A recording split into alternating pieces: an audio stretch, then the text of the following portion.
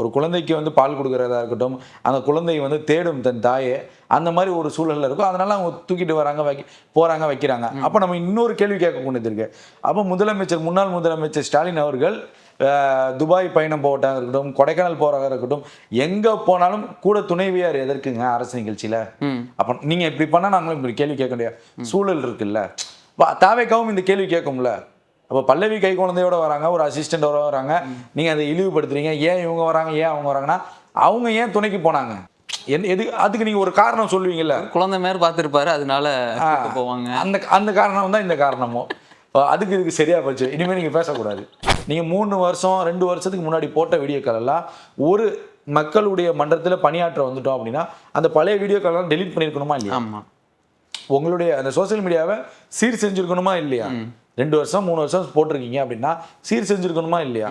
நீங்க ஒரு மக்கள் பணிக்கு வர போறீங்க, சமூக நலனுக்காக சட்டமன்ற உறுப்பினர் ஆக போறீங்க, தேர்தலில் நிற்க போறீங்க அப்படின்னா 3 வருஷம் வீடியோ உங்க இன்ஸ்டாகிராம் பேஜ்ல இருக்க வேண்டிய அவசியம் என்ன? இல்ல 10 வருஷத்துக்கு முன்னாடி இருக்க வேண்டிய அவசியங்கள் என்ன? தேவை குடும்ப போட்டோங்களை வைங்க, குடும்ப வீடியோக்களை வைங்க, மற்றதெல்லாம் நீங்க எடுத்து போட்டுக்கணுமே. ஏன் நீங்க அதை நீங்க ஏன் பண்ணலைங்கிற ஒரு கேள்வி இருக்கு. அதே போல இன்னொரு அந்த குறிப்பிட்ட நபர்கள் மட்டும் பார்க்கிற மாதிரி விசிபிலிட்டி வைத்ததாக ஒரு குற்றச்சாட்டு சொல்ல, அதுவும் உண்மைதான், அதுல மாற்று கருத்து கிடையாது. அப்ப நீங்க இந்த சம்பவத்தை அவர்கள் மட்டும் ஏன் பார்க்கணுங்கிற நிலைமைக்கு வைத்தீங்க அப்படிங்கிற ஒரு கேள்வி இருக்கு. இப்போ ஒட்டுமொத்தமாக இவ்வளவு விஷயங்களையும் செஞ்சுக்கிட்டு நீங்க இன்னொரு வீடியோல வந்து நாங்கள் செய்யவே இல்லைங்கிறது குற்றச்சாட்டு வைக்கிறப்ப அது எந்த மக்களாக இருந்தாலும் சரி, பொதுவான தாவேக்கா மக்களாக இருந்தாலும் சரி, பொதுமக்களாக இருக்கும்போது ஒரு சந்தேகம் எழும். இந்த 50 ஆண்டு கால ஆட்சி கட்சியை அடிச்சு துவம்சம் பண்ணிட்டு ஒரு மேஜிக் பண்ணிட்டு நீங்க வந்திருக்கீங்க. அந்த கட்சிக்காக நீங்க எவ்வளவு வேலை செய்யணும். அந்த முதல்வர் ஓடக்கூடிய ஓட்டத்துல நீங்களும் ஒரு வீரரா இருந்து ஓடணும். அதை விட்டுட்டு நீங்க பாதியில நான் நின்றுவேன், ஸ்பீட் பிரேக் இருக்குன்னு நின்றுட்டீங்கன்னா என்ன அர்த்தம்? புரியுதா உங்களுக்கு? இப்போ ஒட்டுமொத்தமா இந்த பாதிப்புங்கிறது யாரை கொண்டு போய் சேர்க்குது? தாவேக்கா அரசு தானே நீங்க போராடுறாங்க, மானங்கிட்ட முதல்வர் தானே நீங்க பேசுறாங்க. அப்ப இந்த நிலைமைக்கு யார் கொண்டு வரீங்க? நீங்க தான் கொண்டு வரீங்க. கொஞ்சம் சிந்திக்கணும். சட்டமன்ற உறுப்பினர்கள் சிந்திக்கணும், அமைச்சர்கள் சிந்திக்கணும். சும்மா எல்லாத்துக்குமே நீங்க வந்து பைத்தியக்காரத்தனமாக, கேலித்தனமாக, கோமாளித்தனமாக பண்ணிட்டு அந்த பழியை எல்லாம் அவர் ஏத்துக்கக்கூடிய சூழல்ல அவர் கிடையாது. அவர் இன்றைக்கு முதல்வர். ரெட்ரோலுக்ஸ் நேயர்களுக்கு வணக்கம். இன்றைய சிறப்பு நேர்காணலில் நம்முடன் இணைந்திருக்கிறார் பத்திரிகையாளர் திரு யாசர் அவர்கள். வணக்கம் யாசர். வணக்கம் ஜோ. வணக்கம். நல்லா இருக்கீங்களா? நலம். ஒரே சிரிச்ச முகத்தோட இருக்கீங்க நீங்க. ஒரே ஸ்மைலிங் ஃபேஸா இருக்கே ஜோக்கு. திங்கட்கிழமை முதல் நாள், ஞாயிற்றுக்கிழமை என்ன பண்ணீங்க? பட்டிமன்றம்லாம் பார்த்தீங்களா? பார்த்துதான். நிறைய பட்டிமன்றங்கள் பார்த்தேன். எந்த பட்டிமன்றத்தை நீங்க கேட்குறீங்க? நாங்கள் பட்டிமன்றம் இன்னைக்கு தான் எல்லாருமே அரசியல் பார்க்க வந்துட்டாங்களே, அப்புறம் எங்க நம்ம வந்து அரசியல் பட்டிமன்றம் பார்த்தீங்களான்னு கேட்டேன். பார்த்துட்டு தான் இருக்கும். ஜென்சி திமுகவோட அரசியல் பட்டிமன்றம் பிரமாதம் அப்படிங்கிற மாதிரி தான் இருக்கு. இங்க இருந்த சோஃபா மாதிரியே பின்னாடி பேக்ரவுண்ட்ல சோஃபா கிஃபாலாம் போட்டு ஒரு பட்டிமன்றம்லாம் நடத்தினாங்க, பண்ணிட்டு இருந்தாங்க. அதுதான் கேள்வியோ? புரிஞ்சுக்கிட்டேன். பார்த்தேன் அந்த சட்டமன்றத்தை வந்து நானும் பார்த்தேன். நான் என்ன சொல்றேன் அப்படின்னா, இது வந்து கண்ணாடியை பார்த்து அவங்களே பேசிக்கிற மாதிரி தான் இருக்கு. என்னன்னா, விஜய் வந்து இந்த செய்கை செஞ்சுட்டாரு முதல்வர், விஜய் வந்து இதை பண்ணிட்டாரு முதல்வர் அப்படிங்கிற மாதிரி விமர்சனங்கள் தொடர்ந்து வைக்கப்பட்டுச்சு. அப்போ குறிப்பிட்டு திமுகவில் வந்து சிலர்லாம் வந்து என்ன சொன்னாங்க அப்படின்னா, ஐயோ சட்டமன்றத்தோட மரபே போயிடுச்சு, தமிழ்நாடோட மானமே போயிடுச்சு, கேவலமாயிருச்சு அப்படிங்கிறீங்களே. சபாநாயகர் இப்படியா நடந்துக்கணும், சபாநாயகரோட பதவினா என்னன்னு தெரியுமா, சபாநாயகர் எப்படிப்பட்ட இதுன்னு தெரியுமா, அப்படி இப்படின்னு ஏகப்பட்ட விஷயங்கள் வந்து உருட்டப்பட்டு பேசப்பட்டுச்சு திமுகவில். இப்போ நான் என்ன கேட்குறேன், பொதுவாக நம்ம ஒரு பத்திரிகையாளராக இல்லை ஒரு பப்ளிக்காகவே வச்சுக்கோங்க, சட்டமன்றத்தை தாவேக்கா கெடுத்துருச்சு அப்படின்னா அப்போ கெடுத்ததற்கு நீங்கள் பதிலடி கொடுக்கணும்னா என்ன மாதிரியான பதிலடி நீங்கள் கொடுக்கணும்? நீங்கள் அதை விட கேவலப்படுத்துறீங்களே, அதுதான் நான் கேட்குறேன். சட்டமன்றத்துக்குள்ள பண்ணல, நான் ஒரு ஹால் எடுத்து தானே நான் பண்றேன், சட்டமன்றத்துக்குள்ள பண்ணல. அது சட்டமன்ற செட்டப்பு தானே, சட்டமன்ற நிகழ்ச்சி அங்கே நடந்தது மாதிரி தானே காமிச்சிங்க. அப்போ நீங்கள் சட்டமன்றத்தை வந்து தாவேக்கா இழிவுபடுத்திருச்சு அப்படின்னா நீங்க சட்டமன்றம் போலையும் ஒரு பையன் சபாநாயகர் போலையும் பேசிட்டு இருந்தான். அப்போ நீங்க இது வந்து தமிழ்நாட்டு மக்கள் பார்க்க மாட்டாங்களா? தமிழ்நாட்டு மக்களுக்கு இப்போ புரியாதா? என்னடா தாவேக்கா விமர்சனம் செய்த திமுக இப்போ என்னடா இவங்களே சட்டசபையை போட்டு இவ்வளவு கேவலமா படுத்துறாங்களே அப்படின்னு மக்கள் யோசிக்க மாட்டாங்களா? இது ஒரு ஜென்ரலா வர கொஸ்டின் தானே. இப்போ அதுல நான் குறிப்பிட்டு சில விஷயங்கள்லாம் நோட் பண்ணி பார்க்குறப்ப சில அமைச்சர்களை பத்தி மறைமுகமா இழிவுபடுத்துறது, ஸோ இதெல்லாம் தொடர்ந்துச்சு. அப்போ நம்ம கடந்த காலங்களில் எடுத்துக்கிட்டோம் அப்படின்னா தமிழக சட்டசபை வரலாற்றில் நிறைய விஷயங்களை நம்ம எடுத்து பேச வேண்டியதாக இருக்கும். அதே போல் இந்த சட்டசபைக்கு இந்த சட்டசபையை தொடர்ந்து இழிவுபடுத்துறதுக்கான அந்த வரலாறுங்கிறது திமுக கிட்ட தானே இருக்கு. அந்த வரலாறை நாங்கள் மட்டும் தான் தக்க வச்சுக்குவோம்னு சொல்லி மீண்டும் மீண்டும் அவங்க நிரூபிச்சிட்டு இருக்காங்கன்னு தான் நான் பார்க்குறேன். இப்போ இந்த நிகழ்ச்சியின் மூலமாகவும் நான் அப்படி தான் பார்க்குறேன். அந்த ரெக்கார்டு இருக்கும்ல, கிரிக்கெட்ல 200 அடிச்சா ரொம்ப வருஷமா அந்த ரெக்கார்டு நாங்கள் கொடுக்கணும், நாங்கள் தான் இந்த ரெக்கார்டு வச்சுக்கிறேன், வேற யாருக்கும் அந்த ரெக்கார்டை நாங்கள் கொடுக்க மாட்டோம் அப்படிங்கிற மாதிரி மீண்டும் மீண்டும் சட்டமன்றத்தையும் சட்டசபையை இழிவுபடுத்துறதுக்கான பொறுப்பு அந்த ரெக்கார்டு ஹோல்டருங்கிறது திமுகவுக்கு தான் கொடுக்கணும். அதில் மாற்றுக்கிறது கிடையாது. அப்போ நம்ம என்ன சொல்கிறோம் அப்படின்னா, இதில் திமுக தாவேக்காவுடைய எம்எல்ஏ பல்லவி அவர் இந்த குழந்தைய வச்சுக்கிட்டு வச்சுக்கிற மாதிரி ஒரு சீன் பார்த்தேன். அது எவ்வளோ ஒரு கீழ்த்தரமான சீனாக இருக்கும்னு நீங்கள் பாருங்களேன். எவ்வளோ ஒரு அசிங்கமான சீனாக இருக்குது பாருங்களேன். எப்படி நீங்கள் ஒரு கை குழந்தைய வச்சுக்கிட்டு அவங்க ஒரு தேர்தலில் கர்ப்பமாக இருக்கும் போதே தேர்தலில் பிரச்சாரங்களுக்கு போய் வீடு வீடாக வாக்கு சேகரித்து வெற்றியும் அடைஞ்சு நீங்கள் எம்எல்ஏவாக பதவி ஏற்றுக்கிட்டு குழந்தை பிறந்த பின்பும் கட்சியுடைய நிகழ்ச்சிக்கெல்லாம் போய் அவங்கள ரிப்பன் கட்ட விடாமல் அவமானப்படுத்தி இவ்வளோ வேலைகளையும் செஞ்சுட்டு எப்படி நீங்கள் நல்லவர்களாக இருப்பீங்க? எப்படி அந்த பல்லவிங்கிற அந்த எம்எல்ஏவை எவ்வளவு இழிவுபடுத்தணுமோ அந்த முறையில் இழிவுபடுத்திட்டு திமுக நல்ல கட்சின்னா யார் ஏற்றுக்குவா? நீங்கள் சொல்லுங்க. நீ அப்படி பார்க்க ஒரு பெண்மணியா நீங்கள் பார்க்க மாட்டீங்களா? அப்படி பார்க்க ஒரு தாயினுடைய அந்த சாணத்திலேருந்து நம்ம அதை பார்க்கணும். ஒரு குழந்தைக்கு பால் கொடுக்கறதா இருக்கட்டும், அந்த குழந்தை தேடும் தன் தாயே, அந்த மாதிரி ஒரு சூழல்ல இருக்கும். அதனால அவங்க தூக்கிட்டு வராங்க, வைக்கிறாங்க. அப்போ நம்ம இன்னொரு கேள்வி கேட்க கொண்டது இருக்கு. அப்போ முன்னாள் முதலமைச்சர் ஸ்டாலின் அவர்கள் துபாய் பயணம் போவதாக இருக்கட்டும், கொடைக்கானல் போறதாக இருக்கட்டும், எங்க போனாலும் கூட துணைவியார் எதற்குங்க அரசு நிகழ்ச்சியில? அப்போ நீங்க இப்படி பண்ணா நாங்களும் இப்படி கேள்வி கேட்க முடியாது சூழல் இருக்குல்ல. தாவேக்காவும் இந்த கேள்வி கேட்கும்ல. அப்போ பல்லவி கை குழந்தையோட வராங்க, ஒரு அசிஸ்டண்டோட வராங்க, நீங்கள் அதை இழிவுபடுத்துறீங்க. ஏன் இவங்க வராங்க, ஏன் அவங்க வராங்கன்னா அவங்க ஏன் துணைக்கு போனாங்க? அதுக்கு நீங்கள் ஒரு காரணம் சொல்லுவீங்கல்ல. குழந்தை மாதிரி பார்த்துருப்பாரு, அதனால போவாங்க. அந்த காரணம் தான் இந்த காரணமும். இதுக்கு சரியா போச்சு, இனிமேல் நீங்கள் பேசக்கூடாது அப்படிதான் நாம சொல்ல முடியும். இதை இழிவுபடுத்துறதுங்கிறது அடிமட்ட லெவலுக்கு இவங்க இழிவுபடுத்திடுவாங்க. இழிவுபடுத்தி தாவேக்காவை மேலே ஒரு பழியை போடுறதுங்கிறது எப்படி மக்கள் ஜென்ரலாக ஒரு பொதுமக்கள் பார்க்குறப்ப அது எப்படி ஏற்றுக்கக்கூடிய சூழல் இருக்கும்னு நான் கேட்குறேன். இது தெரிஞ்சுதான் திமுக பண்ணுதா, இல்லை இது எப்படி எந்த அடிப்படையில் பண்ணுறாங்கங்கிறத தெரியும். அது எப்படின்னா மக்கள்கிட்ட ஒரு ஃபன் வேல கொண்டு போய் அந்த விஷயத்தை சேர்க்குறாங்களா அவங்க, திரும்பி முட்டு சந்தில் தான் போய் விழுவுறாங்க. அதை தான் நான் சொல்ல முடியும். இது ஃபன்லாம் ஒன்றும் கிடையாது. திமுக மேலே இருக்கக்கூடிய அதிருப்தி இன்னும் கூடுதலாகும். ரெண்டாவது இன்னொரு பார்வையில் நம்ம பார்க்கணும்னா, இன்னும் வெற்றியை சகிச்சிக்க முடியலங்கிறத மீண்டும் மீண்டும் நிரூபிக்கிறாங்க. நான் கடந்த வீடியோவில் சொன்னேன், நிறைய பேர் மனநல ஆலோசனைலாம் கேட்குறாங்கன்னு சொல்லி. அப்போ அந்த மனநிலையிலேருந்து விடுபடுறதுக்கு கூட இந்த ஜென்சி கிட் மீட்டிங் விட மாட்டேங்குது. நீ தெளிவு வரக்கூடாது, தாவேக ஜெயிச்சு நீ நம்பக்கூடாது, நான் திருப்பி இன்னொரு மீட்டிங் நடத்துவோம் அப்படிங்கிற மாதிரி தான் இந்த நிகழ்ச்சிகள்லாம் அவங்க ஒரு கோமாளித்தனமாக பண்ணிட்டு இருக்காங்க. அப்பா போயிருக்காருல்ல, எங்க போயிட்டாரு? ஏங்க கல்யாணத்துக்குன்னு போனா மொய் கவர் எடுத்துட்டு போவாங்க, ஸ்கிரிப்ட் பேப்பர் யாராவது எடுத்துட்டு போவாங்களா? அதான் என்னமோ சொன்னாரா, இந்த தேர்தல் வரப்போகுதுன்னு ஏதோ. ஆமா, சீக்கிரம் தயாரா இருங்க, இடைத்தேர்தல் எப்போ வேணாலும் வரும், திமுக தயாராகவே இருங்க அப்படின்ட்டு. இல்லை அதான் நான் தான் சொல்றேன்ல, இன்னும் இப்போ நம்ம பேசியிருக்கக்கூடிய இந்த சூழல்ல கூட திமுகனால தாவேக்கா கொடி கட்டி ஒரு கார் ரோட்ல பார்த்தினாலும் நெஞ்சில் குத்திக்கக்கூடிய சூழல்ல இருக்காங்க இப்போ அவங்கெல்லாம். இப்போ இன்னும் அவங்களால சகிச்சிக்க முடியல. நான் என்ன சொல்றேன், அமைதியா இருங்க. நம்ம எல்லா வீடியோலையும் சொல்றேன் அதுதான், அமைதியா இருங்க. ஒருவேளை தாவேக்கா தவறு செய்யும் மாதிரி இருக்கு, தாவேக்காவுடைய ஆட்சி சரியில்லை அப்படின்னா விர்ச்சுவல் வாரியஸே கேள்வி கேட்பாங்க, மக்களே கேள்வி கேட்பாங்க. அந்த சூழலை நீங்க பேசுங்க. இன்னும் இப்பதான் இந்த 40-50 நாட்களாக என்ன செய்யணுமோ அதை சிறப்பாக செஞ்சுட்டு இருக்காங்க. நிறைய இடங்கள்ல குறைகள் நிவர்த்தி அடையப்படுது, நம்மளும் கண்ணால பாக்குறோம். அந்த செய்தி வந்த உடனே நம்ம கால் பண்ணி கேட்குறோம், ரிப்போர்ட்டருக்கு கேட்குறோம், அந்த தொகுதியில அந்த பாதிக்கப்பட்டவங்க உண்மைதானா, வந்தாங்களா, செஞ்சாங்களா அவங்களுக்கு அப்படிங்கிறப்ப செய்யறாங்கிற ஒரு பதில் வருது. இப்ப கடந்த உங்களோட வீடியோல ஜுபேர் கூட ஒரு விஷயம் பதிவு செஞ்சிருப்பாரு, இட்டாலியில அதெல்லாம் நம்ம விசாரித்து நம்ம கண்கூடா பார்க்கக்கூடிய விஷயங்கள். அப்ப இந்த அரசு இயந்திரம்ங்கிறது எவ்வளவு வேகமா செயல்படுது. அப்ப இவங்க மீண்டும் மீண்டும் ஒரு விஷயத்தை கட்டமைக்கிறாங்க. தாவேக்கானாலே இப்படிதான் ரீல்ஸு, தாவேக்கானாலே இப்படிதான் சினிமேட்டிக்கு, தாவேக்கானாலே இந்த மாதிரி ஒரு மாதிரி கோமாளித்தனமாக தான் இருப்பாங்க, ஒரு மாதிரி அணில்கள் தான், ஆமைகள் தான், இந்த மாதிரி உருட்டுற அந்த ஸ்ட்ராட்டஜிக்குள்ளேயே தாவேக்காவை அடைக்க பார்க்குறாங்க திமுக. ஆனால் தாவேக்கா அதுக்கு ஒரு படி மேலே போயிட்டு சிறப்பாக அவங்க பணிகளில் அதை ரெஃப்ளெக்ட் பண்ணிட்டு இருக்காங்க. ஸோ இவங்களால அதை பொறுத்துக்க முடியலங்கிறது தான் பொதுவாக பார்க்கப்படுது. இப்போ முதல்வர் அவர்கள், முன்னாள் முதல்வர் அவர்களுக்கு வந்து கல்யாண நிகழ்ச்சிகளில் தொடர்ந்து ஒப்பாரி வைக்கக்கூடிய சூழல் வந்து ஏன் வருது அப்படிங்கிறதுனா இதுதான் ஃபர்ஸ்ட் ஆஃப் ஆல். இன்னும் அவர்களால் ஏற்றுக்க முடியல. புரியுதா? அதில் ஸ்டாலின் அவர்கள் பேசும்போது கூட ஒரு விஷயம் ஏதோ பதிவு செஞ்சிருந்தாரு. இத்தனை வருடம் தமிழ்நாடு கண்டிராத வளர்ச்சி இந்த 5 ஆண்டுகளில் வளர்ந்துருக்குன்னு ஒரு வரிசையில் பதிவு பண்ணுறாரு. அப்போ இத்தனை ஆண்டுகாலம் வளர்ச்சி அடையலைங்கிறது ஸ்டாலின் ஒத்துக்கிறாரா அப்படிங்கிற ஒரு கேள்வி இருக்கு. அப்போ ஒத்துக்கிறீங்க தானே? அப்பெல்லாம் நாங்கள் வளர்ச்சி செய்யல, இப்போதான் நாங்கள் திருந்தணும், 21ல தான் திருந்தி தமிழ்நாடுன்னு ஒன்று இருக்கு, நம்ம அதுக்கு இவ்வளோ விஷயங்கள் செய்ய போறோங்கிறத அப்போதான் நம்ம திருந்தணுமாங்கிறத அவரே சொல்றாரா அப்படிங்கிற ஒரு கேள்வி இருக்கு.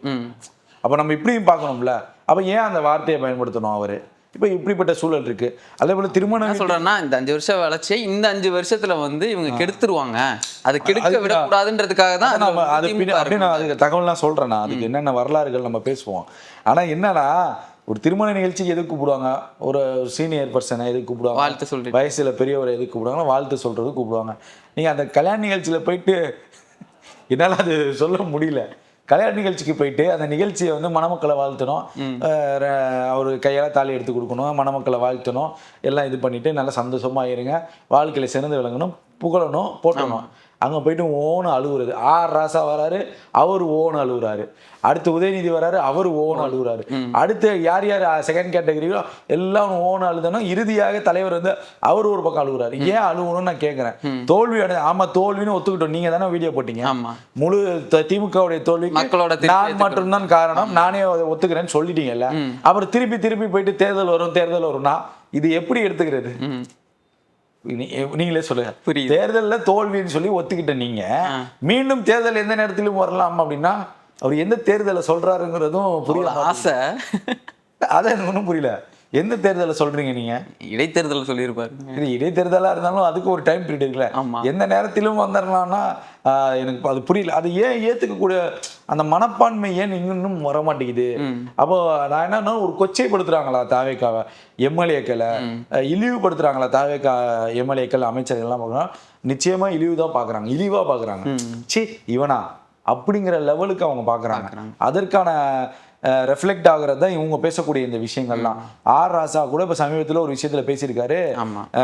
நாதரிலாம் உட்காந்துருக்குன்னு சொல்லி ஒரு மேடையில் ஒரு வீடியோ சட்டமன்றத்தில் வந்து இதெல்லாம் எப்படி ஒரு கீழ்த்தனமான பேச்சு ஜோ. இதெல்லாம் இதில் எப்படி மக்கள் பார்ப்பாங்கங்கிறது தெரியாதா? இவ மக்கள் எப்படி நம்ம யோசிக்கிறாங்க? ஜோனு ஒரு பையன் இருந்தான், இன்னைக்கு நம்ம கூட இருந்த பையன் சட்டமன்ற உறுப்பினர் இருக்கான், மினிஸ்டர் ஆயிருக்கான். அவன் பேசுறதை நம்ம பார்க்கணும். அவர் என்ன பேச போறாரு, நம்ம தொகுதிக்காக என்ன பேச போறாருங்கிறத பார்க்கறதுக்காக ஒரு மக்கள் கூட்டமே இருக்கு. அது தாவேக்கான்னு நம்ம பிளவுபடுத்தல, பொதுவாகவே பொதுமக்கள்கிட்ட ஒரு பார்வை இருக்கு. நீங்க அப்படிப்பட்ட ஒரு மக்கள் பார்க்கும்போது அவர்களை எல்லாம் நீங்கள் நாதரிகள் அப்படின்னு நீங்க இழிவுபடுத்தி பேசும்போது அப்ப திமுக மேல மக்களுக்கு என்ன மாதிரியான அபிப்பிராயம் வரும்? புரியுதா உங்களுக்கு? இப்ப நீங்க எந்த விஷயமா இருந்தாலும் ஃபர்ஸ்ட் நம்ம ஃப்ரெஷர் தான், ஃப்ரெஷர் ஆகி தான் 1 வருஷம் 2 வருஷம் எக்ஸ்பீரியன்ஸ் ஆனால் தான் அடுத்து நமக்கு அடுத்தடுத்து ஜூனியரோ அதுக்கப்புறம் டீம் லீடரோ அந்த மாதிரி அடுத்தடுத்து பொறுப்புகள் கொடுப்பாங்க. இப்போ திமுக முதல் முறையாக ஆட்சியில் இருந்த போதும் இந்த பிரச்சனைகள் இருந்தது. அதிமுக முதல் முறையாக ஆட்சியில் இருக்க போதும் இந்த பிரச்சனைகள் இருந்தது. காங்கிரஸ் இந்திய அளவில் ஆட்சியில் இருக்கும் போதும், காங்கிரஸ் பல மாநிலங்களில் ஆட்சி அமைக்கும் போதும், முதல் முறையாக ஆட்சி அமைக்கும் போதும் இந்த பிரச்சனைகள் இருக்கும். அதில் மாற்று கருத்து கிடையாது. ஆனால் நம்ம எப்போதுமே எதிர்கட்சியாக செயல்படவும், இந்தியாவிலே சிறந்த எதிர்கட்சியாக செயல்படும்னு சொன்ன திமுக இந்த முறை எப்படி எதிர்கட்சியாக செயல்படுதுங்கிறத நம்ம இப்போ ரொம்ப கவனமாக பார்க்கணும். இப்போ நான் எப்படி இதை பொதுவாக பார்க்குறேன் அப்படின்னா, ஒவ்வொரு விஷயத்தையும் மடைமாற்றுறாங்க, இந்த திசை திருப்புறாங்க. எப்படின்னா, அரசின் இந்த 50 நாட்களில் நடந்தக்கூடிய இந்த அரசினுடைய செயல்பாடுகள், அந்த அமைச்சர்கள் செய்யக்கூடிய அந்த வேலைகளுடைய வேகம், சட்டமன்ற உறுப்பினர்கள் தினசரி போய் மக்களை சந்திக்கிறது, இந்த வேகத்தின் தாக்கம் இருக்குல்ல ரொம்ப அதிகமா இருக்கு. இது திமுகவுக்கும் அதிமுகவுக்கும் இன்னும் பிற கட்சிகளுக்கு ஆபத்தா இருக்கு. இவங்க 5 வருஷம் இதே மாதிரி வேலை செஞ்சுட்டா அடுத்த முறை திமுகவுக்கு அங்க ஓட்டு போடுவாங்களா? எதிர்கட்சியே இல்லாம போயிருன்றதுக்கு அந்த ஒரு அச்சம் இருக்கு. அதே மாதிரிதான் நம்ம 3வது இடத்துல இருக்கக்கூடிய அதிமுகவுக்கும் அந்த அச்சம் இருக்கு. இன்னும் மற்றும் சிலர்கள் இருப்பாங்களா, அவங்களுக்கு ஆரம்பத்தில இருந்தே ஒரு ஆபத்து இருக்கு. ஸோ இந்த மாதிரி ஒரு பயத்துல ஜெயிக்கணும்னு நினைக்கிறவன் தாங்க கஷ்டப்படணும். நான் தான் நினைக்கவே மாட்டேன் ஜெயிக்கணும்னு. இந்த மாதிரி ஒரு பெரிய ஆபத்தான சூழல் இருக்கு. இதை இவங்க என்ன இவங்க இந்த நிலை தொடர்ந்தா அப்படின்னா தாவேகா வந்து ஒரு மினிமம் இன்னும் ஒரு 15 வருஷம் அந்த ஹாட்ரிக் வெற்றிங்கிறத நிச்சயமா தாவேகா பிடிச்சிருக்கும். முதல்வர் விஜய் இந்த 15 வருடத்திற்கான முதல்வராக நிச்சயம் இருப்பாருங்கிற ஒரு பயம்ங்கிறது அவங்களுக்கு வந்துருச்சு. இது அதன் வெளிப்பாடு நான் பாக்குறேன். இதை எப்படி கட்டமைக்கிறாங்க மக்கள் கிட்ட அப்படிங்கிறப்ப திமுகவுக்கு தாவேகா செய்யக்கூடிய விஷயங்களை மக்கள்கிட்ட எப்படி கொண்டு போறாங்க அப்படின்னா, என்னப்பா தாவேகா எப்படி இருக்கு, திமுகவே பரவாயில்லப்பா அப்படி இருக்கு. இவனுங்க கொள்ளையடிக்கிறதை விட இவனுங்க கொள்ளையடிச்சதே பரவாயில்லப்பா, இவங்க கற்பழிச்சதை விட இவங்க கற்பழிச்சதே பரவாயில்லப்பா, இவங்க ஊழல் பண்றதை விட இவங்க ஊழல் பண்றதே பரவாயில்ல. இந்த ப்ரொஜெக்ஷன் லெவலுக்கு கொண்டு போறாங்க திமுகங்கிற ஒரு அச்சம் எனக்கு இருக்கு. இதை தாவேகா கவனம் செலுத்தணுங்கிறத நம்ம குறிக்கோளா இந்த வீடியோ மூலியமாவே நம்ம சொல்ல வரோம். அப்போ நீங்க இவ்வளவு வேலைகள் ரொட்டீனா ஓடுது.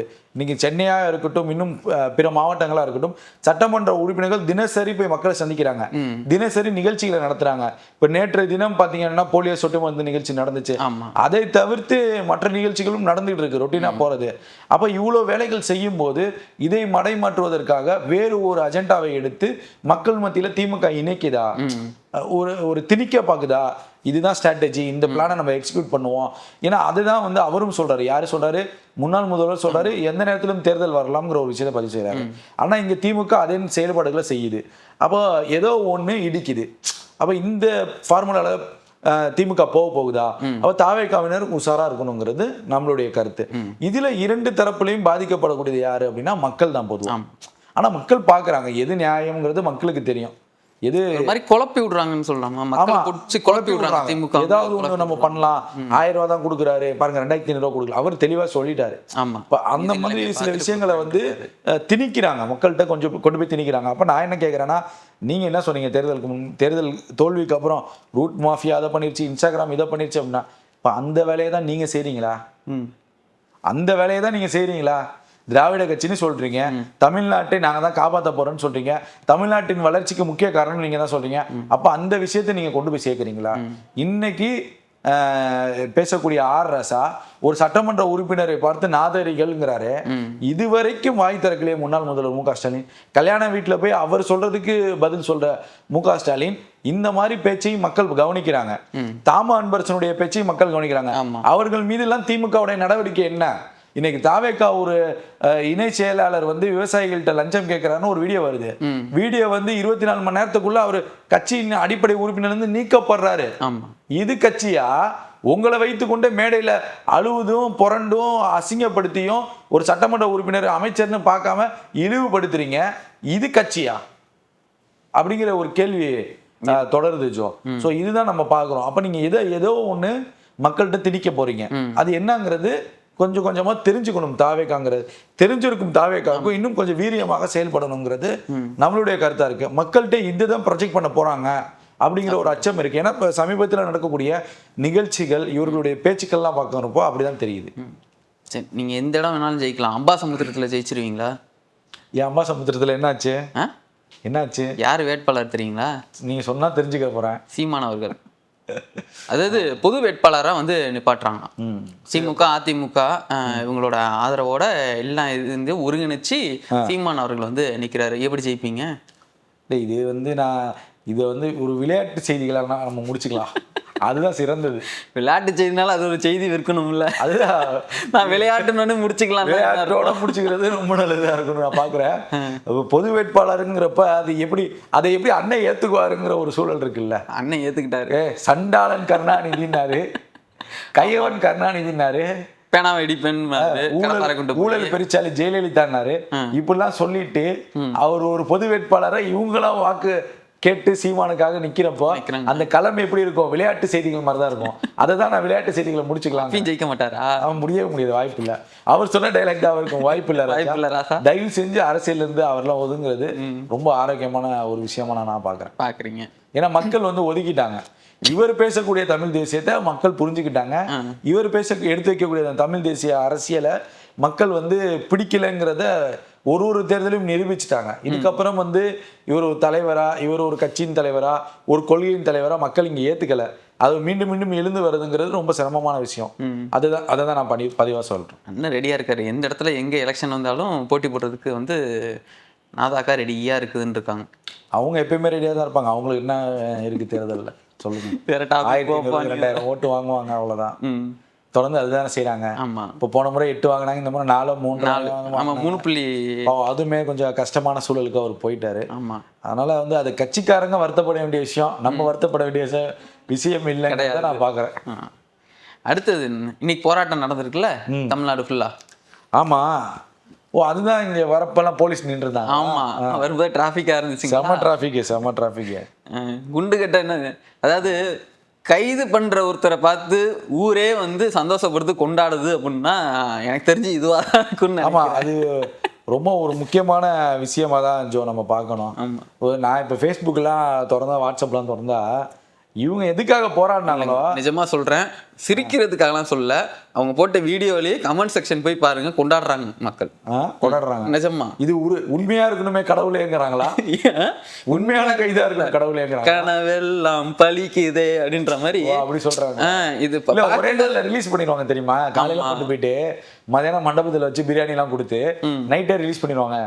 அந்த மாதிரி இருக்கக்கூடாது, நிரந்தர கைதா இருக்கணும்னு நினைக்கிறேன், ஆசைப்படுறாங்க. அப்படிதான் தோணுது எனக்கு. ஆமா, ஸோ அந்த மாதிரி விஷயங்களா தான் போய்கிட்டு இருக்கு. இதுல வந்து நம்ம ரொம்ப சீரியஸ்னஸாகவே பேச வேண்டிய சூழல் இருக்கு. இப்போ அந்த கில்லி சரத் மேட்ரு ரொம்ப வைரலாக போய்கிட்டு இருக்கு. இப்போ தலைமையில வந்து சில விஷயங்கள் சொல்லப்படுது, அது எந்த அளவுக்கு உண்மைங்கிறது காலப்பக்கத்துல தான் தெரியும். இவர் புஷி ஆனந்த் கிட்ட போய் பேசியிருக்காராம், நான் ஏதோ விளையாட்டா பண்ணியிருக்கேன் அப்படிங்கிற மாதிரி சொல்லியிருக்காராம். எதுவா இருந்தாலும் தளபதி எடுக்கக்கூடிய முடிவு தான் அது அப்படின்னு புஷி ஆனந்த் சொல்லக்கூடிய அந்த ஸ்டைல் இருக்குல்ல, எப்பயுமே நான் பண்ணிக்கிறேன், உனக்கு தான் தம்பி, நான் பண்ணி உனக்கு பண்ணாம வேற யாருக்கு பண்ண போறேன், இந்த மாதிரிலாம் பேசக்கூடிய புஷி ஆனந்த் கோவப்பட்டு பேசி இந்த வார்த்தையை பதிவு செய்யறாரா. என் கையில ஒன்றும் இல்லை, தளபதி என்ன சொல்றாரோ நீ அதை செஞ்சிரு அப்படிங்கிற மாதிரி சொல்லியிருக்காராம். அப்படி இப்படி இருக்கக்கூடிய சூழல்ல ஒரு விஷயம் நமக்கு கிளவரா தெரியுது. என்ன இதுல இருந்து நான் என்ன சொல்றேன் அப்படின்னா, தவறு யாரை செய்தாலும் சரி, அது ஆல்ரெடி இவங்க மேடையில் சொல்லியிருக்காங்க. அதனுடைய பிரதிபலனா வந்து நான் இப்போ சமீபத்தில் நடந்த கட்சியிலேருந்து நீக்கக்கூடிய இந்த விஷயங்கள்லாம் நம்ம பார்க்க முடியுது. அப்போ அமைச்சருக்கும் அந்த நிலைமை தான் தாவேக்கால தொடருது. அதை அவங்க தெளிவில் இருக்காங்க, ஸ்ட்ரிக்டாக இருக்காங்க, தெளிவுபடுத்திட்டாங்க. ஸோ இந்த விஷயம் நமக்கு ஒரு செய்திகளாக வருது. இப்போ நம்ம கில்லி சரத்து வந்து அந்த வீடியோங்கிறது வந்து தாவேக்காங்கிற ஒரு கட்சி ஆரம்பிப்பதற்கு முன்பு எடுக்கப்பட்ட வீடியோ. இப்போ அவருக்கு வயதுங்கிறது ரொம்ப ஒரு 55 வயசு 60 வயசு இல்லை 45 கூட கிடையாதுங்க, இளம் வயது இளைஞர்கள் தான். இப்போ அந்த டைம்ல அவங்க வந்து ஒரு சுற்றுலாவுக்கு போறதோ இல்ல வேற எங்க பசங்களோட ட்ரிப்புக்கு போறதோ அதை வீடியோக்கெல்லாம் போடுறதுங்கிறது இயல்பு. அப்போ நான் என்ன இங்க எப்படி பார்க்குறோம் அப்படின்னா, 2 வருடம் தாவேக்கா ஆரம்பிப்பதற்கு முன்பே அது அவர் செய்த சம்பவமாக இருக்கு. அதற்கான வருத்தத்தையும் விளக்கத்தையும் அவர் கொடுத்துட்டாரு. இப்போ திமுகவுக்கு இங்க ஒரு போராட்டம் நடத்தக்கூடிய சூழல் வேணும். ஆனா எதை வைத்து போராடணுங்கிற ஒரு மேட்டர் இருக்குல்ல, இது ரொம்ப தமிழ்நாட்டுக்கு ரொம்ப முக்கியமான விஷயம், செய்தியாக இவங்க சொல்றாங்க. இப்ப இதே சேகர் பாபு ரோட்ல உருண்டு, மேயர் பிரியா ரோட்ல உருண்டு பிறண்டு போராடி இருக்கணும்னா, மேயர் பிரியாவுக்கும் சொல்றேன்னா ரொம்ப முக்கியமான விஷயம்னா, யார் அந்த சாருன்னு ஒரு மேட்ரு ஒண்ணு வந்துச்சு, ஞாபகம் இருக்கா? அண்ணா பல்கலைக்கழகம். அதுக்கெல்லாம் இவங்க எல்லாம் எங்க போனாங்க? இதே மா சுப்பிரமணியன் அவருடைய தொகுதியில தானே அது நடந்துச்சு. அவர் எங்க போனாரு?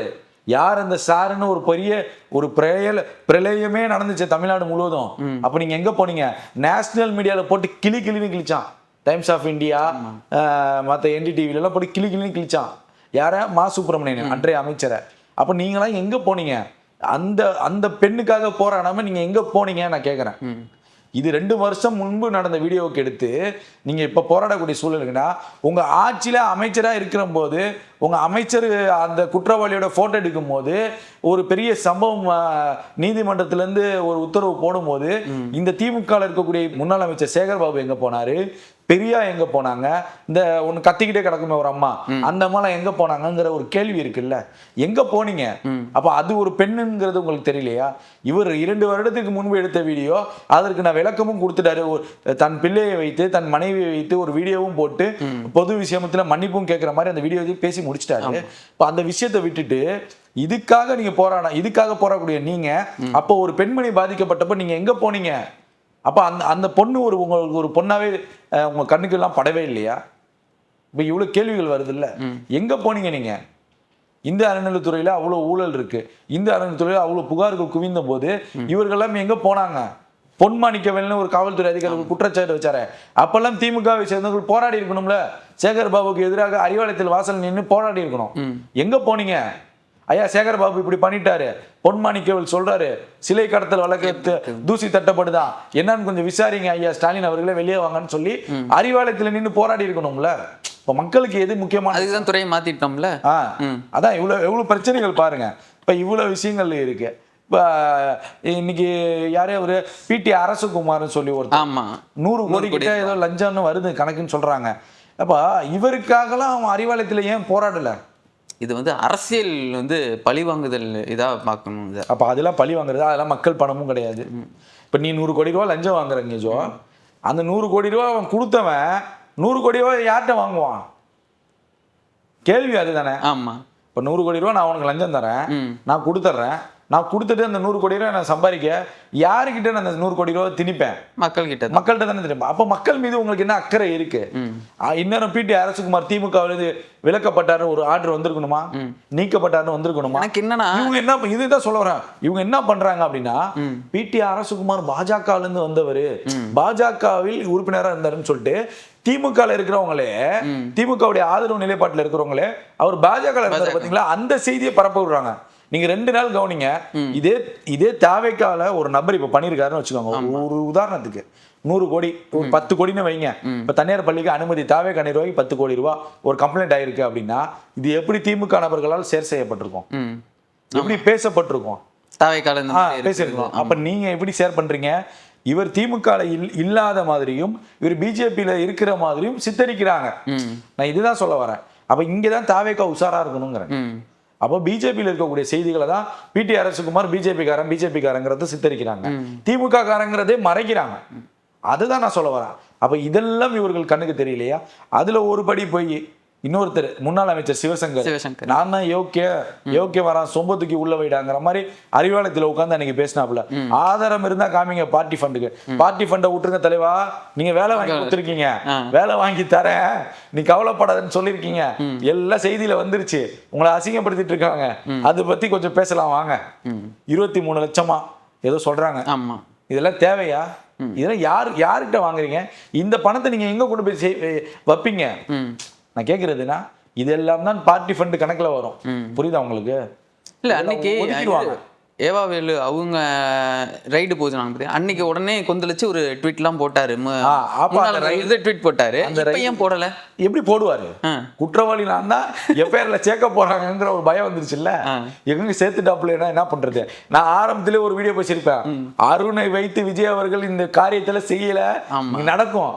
ஏன்னா அவன் பொருள் எடுத்து அவனுக்கே சம்பவம் பண்ணணும், அசிங்கப்படுத்தணும், அவங்களோட வெப்பனை வச்சு அசிங்கப்படுத்தினாதான் அவங்களுக்கு ஒரு புத்தி வரும், ஒரு பயம் வருங்கிறத விஜய் அவர்கள் சரியா செஞ்சுட்டு இருக்காரு.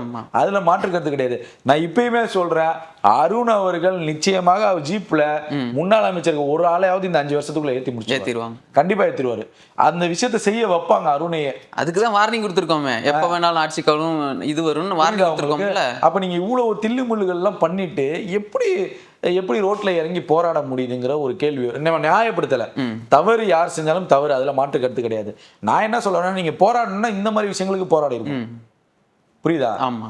அதே போல ஏகப்பட்ட கடந்த 5 வருஷத்துலேயே ஏகப்பட்ட குற்றச்சாட்டுகள்லாம் வந்துச்சு. அதற்கெல்லாம் நீங்கள் எதுவுமே வாய் திறக்க மாட்டீங்க, அதுக்கெல்லாம் நீங்கள் எதுவும் பேச மாட்டீங்க. ஆனால் இப்போ நீங்கள் சொல்லக்கூடிய அந்த நாதாரிகளுக்கு எதுக்கு சாலையில் வந்து போராடணும்? சொன்னது உங்கள் திமுக சேர்ந்த ஒரு மூத்த தலைவர். நாதாரிகள்லாம் இன்னைக்கு சட்டசபையில் இருக்கு, நாதாரியெல்லாம் எம்எல்ஏ இருக்கு, நாதாரியெல்லாம் அமைச்சர் ஆயிருக்குன்னு பேசினது ஆர் ராசா.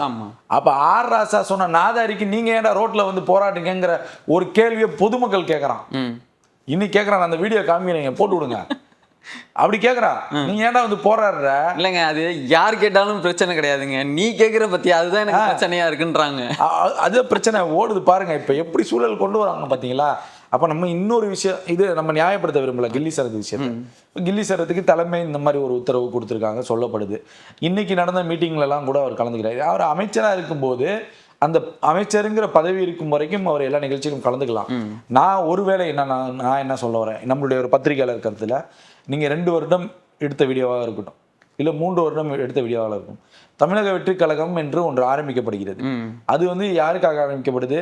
அடிப்படையில மக்களுடைய தேவைகளுக்கும் மக்களாட்சியாக கொண்டு வர வேண்டும், அதற்காக ஒரு அரசியல் கட்சியா அவர் தொடங்குறாரு. அப்படிங்கிறப்ப நீங்க 3 வருஷம் 2 வருஷத்துக்கு முன்னாடி போட்ட வீடியோக்கள் எல்லாம் ஒரு மக்களுடைய மன்றத்தில் பணியாற்ற வந்துட்டோம் அப்படின்னா அந்த பழைய வீடியோக்கள் எல்லாம் டெலீட் பண்ணிருக்கணுமா இல்லையா? உங்களுடைய அந்த சோசியல் மீடியாவை சீர் செஞ்சிருக்கணுமா இல்லையா? 2 வருஷம் 3 வருஷம் போட்டிருக்கீங்க அப்படின்னா சீர் செஞ்சிருக்கணுமா இல்லையா? நீங்க ஒரு மக்கள் பணிக்கு வர போறீங்க, சமூக நலனுக்காக சட்டமன்ற உறுப்பினர் ஆக போறீங்க, தேர்தலில் நிக்க போறீங்க அப்படின்னா 3 வருஷம் வீடியோ உங்க இன்ஸ்டாகிராம் பேஜ்ல இருக்க வேண்டிய அவசியம் என்ன? இல்ல 10 வருஷத்துக்கு முன்னாடி இருக்க வேண்டிய அவசியங்கள் என்ன? தேவை குடும்ப போட்டோங்களை வைங்க, குடும்ப வீடியோக்களை வைங்க, மத்தெல்லாம் நீங்க எடுத்து போட்டுக்கணுமே. ஏன் நீங்க அதை நீங்க ஏன் பண்ணலைங்கிற ஒரு கேள்வி இருக்கு. அதே போல இன்னொரு அந்த குறிப்பிட்ட நபர்கள் மட்டும் பார்க்கிற மாதிரி விசிபிலிட்டி வைத்ததாக ஒரு குற்றச்சாட்டு சொல்ல, அது உண்மைதான், அதுல மாற்று கருத்து கிடையாது. அப்ப நீங்க இந்த சம்பவத்தை அவர்கள் மட்டும் ஏன் பார்க்கணுங்கிற நிலைமைக்கு வைத்தீங்க அப்படிங்கிற ஒரு கேள்வி இருக்கு. இப்போ ஒட்டுமொத்தமாக இவ்வளவு விஷயங்களையும் செஞ்சுக்கிட்டு நீங்க இன்னொரு வீடியோல வந்து நாங்கள் செய்யவே இல்லைங்கிறது குற்றச்சாட்டு வைக்கிறப்ப அது எந்த மக்களாக இருந்தாலும் சரி, பொதுவான தாவேகா மக்களாக இருந்தாலும் சரி, பொதுமக்களாக இருக்கும்போது ஒரு சந்தேகம் எழும். அப்போ இது வந்து நம்ம என்ன சொல்றோம் அப்படின்னா, அவரு பண்ணலைங்கிறத அவர் ஒத்துக்கிறாரு. ஒருவேளை இது உண்மையாகவே ஒரு போதையோ இல்லை ஏதோ ஒரு பொருளை பயன்படுத்தியிருக்காரு அப்படின்னா இது குற்றம் தான், மாற்று கருத்து கிடையாது. குற்றம்னா 2 வருடத்துக்கு முன்பு செஞ்சாரே அதுக்கு என்னங்க குற்றம், அப்போ ஒரு சின்ன வயசுல அப்பெல்லாம் நம்ம சொல்ல வரல. நான் என்ன சொல்றேன், ஒரு கட்சி கொண்டு வந்தாச்சு, கட்சி மக்களுக்கான கட்சின்னு சொல்லிட்டாரு முதல்வர். மக்களுக்காக தான் நான் செய்ய போறேன், மக்களுக்காக தான் களத்துல வரப்போறேன்னு சொல்லும் இருக்கு. அப்ப நீங்க முதல்வரை இழிவுபடுத்துறீங்களா, விஜயை இழிவுபடுத்துறீங்களா, விஜய்க்கு அவப்பேரை ஏற்படுத்துறதுக்கான இந்த வேலைகளை செய்கிறீங்களா அப்படிங்கிற ஒரு கேள்வி வைக்கிறேன். இப்ப தாவேக்கால இருக்கக்கூடிய சில பைத்தியக்கார நபர்களால் இன்னும் சில அமைச்சர்கள்லாம் வந்து பைத்தியக்காரத்தனமா பேசுறாங்க பல இடங்கள்ல.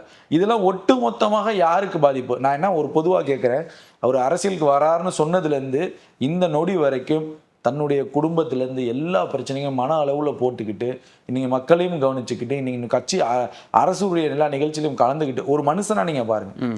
நீங்கள் அவர் ஒரு நடிகராக அதெல்லாம் விட்டுருங்க, ஒரு மனிதராக நீங்கள் விஜய் என்ற ஒரு மனிதராக நீங்கள் பாருங்கள். இன்னைக்கு இந்த 2 வருஷத்தில் அவர் அனுபவித்த துயரங்களையும் துன்பங்களையும் பாருங்கள். எத்தனை குற்றச்சாட்டுகள் சோசியல் மீடியாவில் வைக்கப்படுச்சு. அவருடைய மனைவி பிள்ளைகள்னு எத்தனை பேரோட அந்த போட்டோவை வந்து மார்பிங் பண்ணி என்னென்னமோ பண்ணி இதெல்லாம் அவர் பார்த்துருக்க மாட்டாருன்னு நினைக்கிறீங்களா? சோசியல் மீடியாவில் அது பார்த்த உடனே தன் குடும்பத்தினருக்கான செய்தி, தன் தந்தைக்கான செய்தி, தன்னை பற்றி ஒரு செய்தி அது அவதூறாக வரப்ப அந்த அந்த ஒரு மனிதருடைய மனநிலைங்கிறது எந்த அளவுக்கு இருக்கும், ஒரு எவ்வளவு பெரிய மன உளைச்சலுக்கு ஆளாவாங்க. அப்படிப்பட்ட இருக்கக்கூடிய சூழல்ல ஒரு மனிதர் உங்களுக்காக அவர் மட்டும்தான் உங்களுக்கு பிராண்டு, உங்களுக்காக இங்க யாருக்கும் ஓட்டு விழுவல, நீங்க அமைச்சராக இருக்கக்கூடிய யாருக்காகவும் ஓட்டு விழுவல, சட்டமன்ற உறுப்பினர்களுக்காக யாருக்குமே ஓட்டு விழல. அதிகபட்சம் 5-10% தான் முகத்தை பார்த்து விழுந்த ஓட்டு, இது எல்லாம் அந்த ஒற்றை மனிதருக்காக விழுந்த ஓட்டு தான். அவர் இன்னும் பிரச்சாரம் செய்திருந்தால் 200 தொகுதிகள் வெற்றி அடைஞ்சிருக்கும், அது வேற விஷயம். அப்ப இவ்வளவு விஷயங்களை தாங்கி கொண்டு ஒரு மனிதன் முதல்வராகவும் இன்னைக்கும் பவர் சென்டரா இருந்து ஒரே முகம்தான் இன்னைக்கும் ஆட்சியில வந்து ரோலிங் பேசக்கூடிய விஷயமா இருக்கு. புரியுதா உங்களுக்கு? இன்னைக்கும் அந்த விஜய் அவர்களுடைய ஒரு முகம் தான் பேசக்கூடிய பொருளாக இருக்கு. இன்னைக்கு பாக்கியராஜ் இறந்த நிகழ்ச்சியாக இருக்கட்டும், போலீஸ் ஒட்டுமொத்த நிகழ்ச்சியாக இருக்கட்டும், IAS IPS மாநாடாக இருக்கட்டும், இன்னைக்கு ஒட்டுமொத்தமாக இந்த செய்தி தாவேக்காவை குறித்து சுத்தக்கூடிய செய்திகள் எல்லாமே அந்த ஒரு முகம் தானே, அதுல மாற்று கருத்து இல்லையில. அப்ப நீங்க அவருக்கு நீங்க எவ்வளவு விசுவாசமா இருக்கணும்? நான் என்ன சொல்றேன், இவ்வளவு இழந்துட்டு அவர் வராருல்ல, அவருக்கு நீங்க எவ்வளவு விசுவாசமா இருக்கணும், அவருக்கு எவ்வளவு உறுதுணையாக நீங்க இருக்கணும். அப்ப நீங்க எல்லாமே பைத்தியக்காரத்தனமா பண்ணிக்கிட்டு இவ்வளவு விமர்சனங்களாகி இவ்வளவு எதிர்கட்சிகள் போராட்டம் நடக்கக்கூடிய சூழலுக்கு நீங்க இருக்கீங்கன்னா அப்ப இது எவ்வளவு பெரிய ஒரு கீழ்த்தனமான செயல். அப்ப தாவேக்கா அந்த நடவடிக்கை எடுப்பதில் எந்த தவறும் இல்லைங்கிறத நான் பாக்குறேன். புரியுதா உங்களுக்கு? ஒருவேளை தவறுகள் செய்திருந்தாலும் இன்னைக்கு இந்த ஒரு அமைச்சரை நீக்கணும், தவறுன்னு வந்துருச்சு, நீக்கிருங்க. அப்போ மற்ற அமைச்சர்களுக்கு பயம் வரும். ஏன்னா இது வந்து நம்ம வந்து நடுநிலையா தான் பேசலாம், நம்ம யாருக்கோ இது பண்றதில்ல. தப்புனா தப்பு தான், மக்களுக்காக தான் வரீங்க. இந்த 50 ஆண்டு கால கட்சியை அடிச்சு துவம்சம் பண்ணிட்டு ஒரு மேஜிக் பண்ணிட்டு நீங்க வந்திருக்கீங்க. அந்த கட்சிக்காக நீங்க எவ்வளவு வேலை செய்யணும். அந்த முதல்வர் ஓடக்கூடிய ஓட்டத்துல நீங்களும் ஒரு வீரரா இருந்து ஓடணும். அதை விட்டுட்டு நீங்க பாதியில நான் நின்றுவேன், ஸ்பீட் பிரேக் இருக்குன்னு நின்றுட்டீங்கன்னா என்ன அர்த்தம்? புரியுதா உங்களுக்கு? இப்போ ஒட்டுமொத்தமா இந்த பாதிப்புங்கிறது யாரை கொண்டு போய் சேர்க்குது? தாவேக்கா அரசு தானே நீங்க போராடுறாங்க, மானங்கிட்ட முதல்வர் தானே நீங்க பேசுறாங்க. அப்ப இந்த நிலைமைக்கு யார் கொண்டு வரீங்க? நீங்க தான் கொண்டு வரீங்க. கொஞ்சம் சிந்திக்கணும், சட்டமன்ற உறுப்பினர்கள் சிந்திக்கணும், அமைச்சர்கள் சிந்திக்கணும். சும்மா எல்லாத்துக்குமே நீங்க வந்து பைத்தியக்காரத்தனமாக, கேலித்தனமாக, கோமாளித்தனமாக பண்ணிட்டு அந்த பழியை எல்லாம் அவர் ஏத்துக்கக்கூடிய சூழல்ல அவர் கிடையாது. அவர் இன்றைக்கு முதல்வர். இன்னைக்கு நிறைய விஷயங்கள் அவர் பண்ணணும், நிறைய திட்டங்களுக்கு நிறைய மீட்டிங்ஸ்லாம் பண்ணிட்டு இருக்காரு, நிறைய போய்கிட்டு இருக்கு. அப்ப நீங்க அதுக்கெல்லாம் ஒரு முட்டுக்கட்டையாக இவர்கள் இருந்துடக்கூடாதுங்கிறது நமக்கு ஒரு அச்சமாகவும் இருக்கு, மக்களுக்கும் அது ஒரு அச்சம். ஒருவேளை ஸ்டாப் ஆகுது, ஏதோ ஒரு ப்ராப்ளம் ஆயினா ஒட்டுமொத்த மக்களுக்கும் அது பாதிப்பு, நிறைய பாதிப்புகள் ஏற்படும். அப்போ இந்த அமைச்சர்கள்லாம் தனித்திறமையோட செயல்படணும். நிறைய தவறுகள்லாம், நிறைய முன்பகை இருக்கும், நிறைய பிரச்சனைகள் இருக்கும், அதெல்லாம் ஓரம் கட்டிட்டு மக்களுக்காகவும் உங்கள் முதல்வருக்காகவும் உங்கள் கட்சி தலைவருக்காகவும் நீங்க கூட நின்று வேலை பார்க்கணுங்கிறது நம்மளுடைய கருத்து. இன்றைக்கு இந்த கில்லி சரத்துன்னு சொல்லக்கூடிய இந்த அமைச்சர் நீங்க புஷியானந்த் சொன்ன மாதிரி கடுமையான நடவடிக்கை எடுக்கிறாங்க அப்படின்னா இது மற்ற அமைச்சர்களுக்கும் படமா இருக்கும், மற்ற எம்எல்ஏக்களுக்கும் படமா இருக்கும். அதுல மாற்று கருத்து கிடையாது. ஜெயலலிதா அவர்கள் இது போல ஒரு தகவல் வந்தாலும் நிக்கிடுவாங்க. அப்படிப்பட்ட எம்எல்ஏ உங்களுக்கு தேவையில்லை, அப்படிப்பட்ட அமைச்சரே அவங்களுக்கு தேவையில்லை. அந்த அளவுக்கு அந்த ஒரு ஃபார்மேட் யூஸ் பண்ணாங்கல்ல, அதை விஜய் அவர்களும் ஃபார்மேட் யூஸ் பண்றாரு. நிச்சயமாக இதுலயும் அது நடக்கும்ங்கிறத நான் பொறுத்திருந்து நம்ம பார்க்கணும். ஸோ இது ஒரு நம்மளுடைய கருத்தா இருக்கு. அப்ப நீங்க ஒட்டுமொத்தமாக விஜய் அவர்களுடைய பேரை அவமரியாதை செய்யும் விதமாக இந்த சட்டமன்ற உறுப்பினர்களே எதிர்கட்சிகளுக்கு செய்திகளை கண்டென்ட்டை கொடுக்குறாங்களா அப்படிங்கிற ஒரு கேள்வி இருக்கு. அப்போ அதெல்லாம் தாவேக்கா கண்காணிக்கணும். தாவேக்கா அந்த ஆலோசனை சொல்லக்கூடிய இடத்துல இருக்கு. கட்சியில இருந்து சில குழுக்கள் அமைத்து ஒரு 10 எம்எல்ஏக்களுக்கு ஒரு அட்வைஸ் பண்ணலாம், ஒரு 2 அமைச்சர்களுக்கு ஒரு அட்வைஸ் பண்ணலாம். ஸோ அந்த மாதிரி ஒரு குழுக்கள் அமைச்சு அவர்களுக்கு என்னென்ன தேவை, இன்னைக்கு நீங்க என்னென்ன பண்ண போறீங்க, நாளைக்கு என்னென்ன ஒர்க்கு, இதை இங்க இந்த நிகழ்ச்சி நடக்குதுன்னா இங்க என்ன பேசணும், இந்த நிகழ்ச்சியை தவிர்த்து நீங்க எதுவும் அரசியல் பேசக்கூடாது, எந்த நிகழ்ச்சிக்கு போனியோ அந்த நிகழ்ச்சி மட்டும் வந்து பேசணும் அப்படின்னு ஒரு ஸ்ட்ரக்சரை கொண்டு வந்துட்டாங்க அப்படின்னா ரொம்ப நல்லா இருக்கும், மாற்று கருத்து கிடையாது. இப்போ இப்படி இருக்கக்கூடிய சூழல்ல தாவைக்காவினருக்கு வந்து நம்ம என்ன ஒரு அறிவுரை சொல்றோம் அப்படின்னா, இன்னைக்கு ஒட்டுமொத்தமாக 1,75,00,000 பேர் வந்து வாக்களிச்சு தாவேக்கா வந்து வெற்றி அடைஞ்சிருக்கு. இன்னும் பல இடங்கள்ல ஒரு 19 தொகுதிகளில் 2000 வாக்குகளுக்கு குறைவான வாக்குகள் வாங்கி தோல்வி அடைஞ்சிருக்கு தாவேக்கா. அப்ப அதெல்லாம் கிடைத்திருந்தால் இன்னைக்கு தாவேக்கா வந்து தனிப்பெரும்பான்மையுடைய ஆட்சி அமைக்கக்கூடிய சூழல் இருந்திருக்கும். அப்போ மக்கள் வந்து முழுமையாக நம்பியிருக்காங்க. இப்போ தாவேக்காங்கிறது விஜய் அவர்களுங்கிற நபருங்கிறவர் வந்து ஒரு மாற்றத்திற்கான தேவைன்னு தான் உங்களுக்கு வாக்களிச்சிருக்காங்க. அப்போ இந்த 1,70,00,000 மக்கள் வந்து ஒரு நபரை தேர்ந்தெடுக்கிறாங்க அப்படின்னா எவ்வளவு நம்பிக்கை அவர் மீது வச்சிருப்பாங்க. அப்ப இதெல்லாம் தாவேக்காவினர் புரிந்து கொள்ள வேண்டும். எங்க பேச வேண்டுமோ அங்க பேசணும், எந்த விமர்சனத்துக்கு பதிலடி கொடுக்கணுமோ அந்த விமர்சனத்துக்கு பதிலடி கொடுக்கணும். தேவையில்லாத விஷயங்களுக்கு மூக்கு நுழைத்து தேவையில்லாமல் நீங்களே கண்டென்ட்டை எதிர்கட்சிகள் கொடுத்து போராடக்கூடிய சூழலுக்கு இன்னைக்கு கில்லி சரத் வந்து அவர் பண்ண வீடியோ இது ஏதோ திமுகவினர் கண்டுபிடித்து கொண்டு வந்த செய்தியா நம்ம பார்க்க முடியாது. இது அவர் ஆல்ரெடி 2 வருஷமா இருக்கு. ஏன்னா அவர் வேட்பாளர் இருக்கும் போது கூட அதை யாரும் கண்டுபிடிக்க முடியும். அப்ப இப்பதான் கசியப்படுது அப்படிங்கிறப்ப இதுல இன்னொரு உள்நோக்கமும் இருக்கா, கட்சிக்குள்ளேயே இன்னொரு கருப்பாடு இருக்கா. அப்ப அந்த ஃப்ரெண்ட் சர்க்கிள் மட்டும் தான் பார்க்கணும்னு இருந்துச்சுன்னா அதுல இருந்து ஒரு நபர் தானே இதை திரும்பி இருக்கணும். அப்ப இந்த தாவேக்காவிலே வந்து கில்லி சரத்தை பிடிக்காதவர்கள், இல்லை தாவேக்கா அரசை மீது அதிருப்தியா இருக்கக்கூடியவர்கள், இல்லை கட்சியிலேயே யாராவது இதை பகிர சொன்னாங்களா, இந்த மாதிரி விசாரணைகள் எல்லாம் தாவேக்கா எடுக்கணுங்கிறத நம்ம சொல்ல வரோம், கவனமா இருக்கணுங்கிற சொல்ல வரோம். ஏன்னா இத்தனை கோடி மக்கள் உங்களை தேர்ந்தெடுத்திருக்காங்க.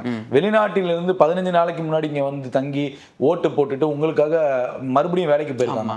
இன்னும் பல வெளிநாட்டு சகோதரர்கள்லாம் வந்து உங்களுக்காக விர்ச்சுவல் வாரியர்ஸா மாறி உழைச்சிட்டு இருக்காங்க கடுமையா. அப்ப இவ்வளவு ஒட்டுமொத்த இவ்வளவு பெரிய ஒரு மக்களுடைய இந்த மாற்றத்திற்கான தேவைங்கிறத எவ்வளவு அசால்ட்டா ஒரு மேடைகள்லையும் நீங்க அமைச்சர்கள் எம்எல்ஏக்கள் நீங்க இழிவுபடுத்துறீங்க அப்படின்னா இதெல்லாம் நீங்க அந்த மக்களை இழிவுபடுத்துறீங்க. நீங்க மக்களை வந்து நீங்க அவருக்கு மக்கள் மீது உங்களுக்கு பயம் இல்லை அப்படின்னா தாவேக்கா அரசு அன்னைக்கு விழுந்துரும். புரியுதா? இன்னைக்கு நம்ம தாவேக்காவுக்கு ஆதரவாக பேசினாலும் நம்ம தவறுனா தவறு, அதை சரி செய்யணும்னு தான் சொல்ல வரோம். ஏன்னா இத்தனை கோடி மக்கள் உங்களை தேர்ந்தெடுத்திருக்காங்க. எல்லாருமே ஒரு மாற்றம் வேணும்னு தான் இன்னைக்கு தமிழ்நாட்டில் வந்து காத்துட்டு இருந்தாங்க. அந்த மாற்றம் நிகழ்ந்திருக்கு. அதை நீங்க வந்து ஒரு நொடியில, கண்ணிமைக்கும் நொடியில நீங்க பேசி விட்டு போறீங்க. இன்னைக்கு ஒரு அமைச்சர் கூட சொல்றாரா, ஊழல் அரசியல்வாதிகள் தான் பண்ணி பார்த்திருப்பீங்க, மக்களே ஊழல் பண்ணி. இதெல்லாம் என்ன பேச்சு? அநாகரிகமான பேச்சு. இதெல்லாம் பொதுச் செயலாளர் கண்டிக்கணும், விஜய் அவர்கள் கண்டிக்கணும், அவர்களெல்லாம் தூக்கிடணும். வேணாம், அப்பதான் அடுத்தவர்களுக்கு பயம் வரும்.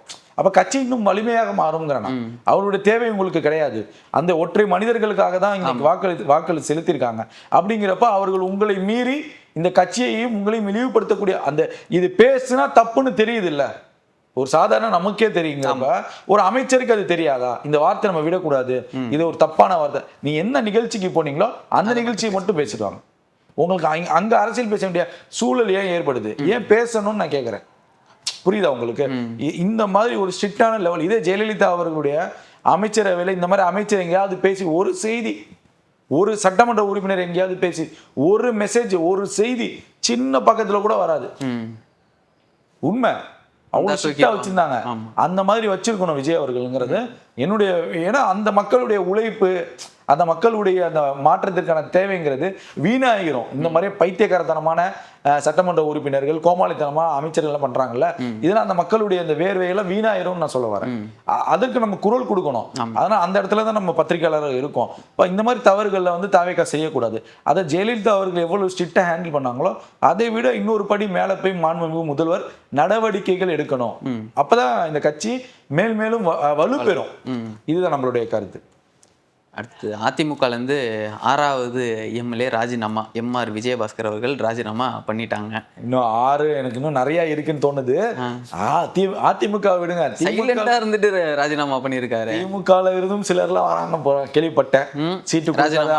ஆமா, இல்ல ராஜினாமா பண்ணல, சீட்டு கொடுக்காத சில முக்கிய புள்ளிகள்லாம் இடைத்தேர்தலுக்கு முன்பு, இந்த லோக்கல் எலெக்ஷனுக்கு முன்பே ஜாயின் பண்ணிடலாங்கிற ஒரு பேச்சுவார்த்தை எல்லாம் போய்கிட்டு இருக்குங்கிற ஒரு தகவல் வருது.